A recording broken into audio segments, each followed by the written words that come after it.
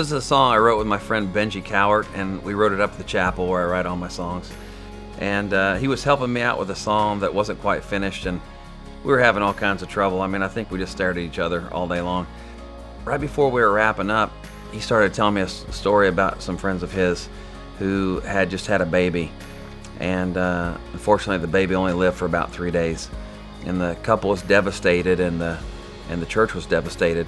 But that couple showed up to church a few days later, and they walked in and they sat down, and they just didn't even have it in them to stand up. And people started to realize their act of faith was just showing up to church.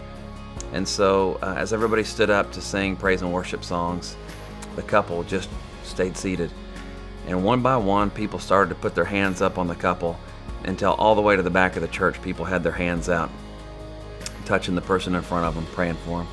And an older man turned to the couple who was sitting next to him, and he said, "Hey, listen, I know you can't sing right now," but he said, "You don't need to. I'm going to sing for you today."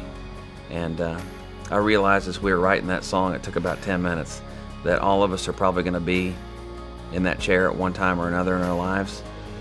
But what a blessing it is to be in a community who will lift up our voices till we're able, and will lift up our hands when we can.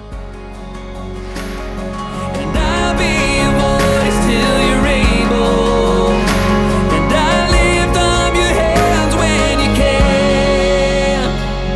Yes, I'll be your voice till you're able, and I'll lift up your hands when you can.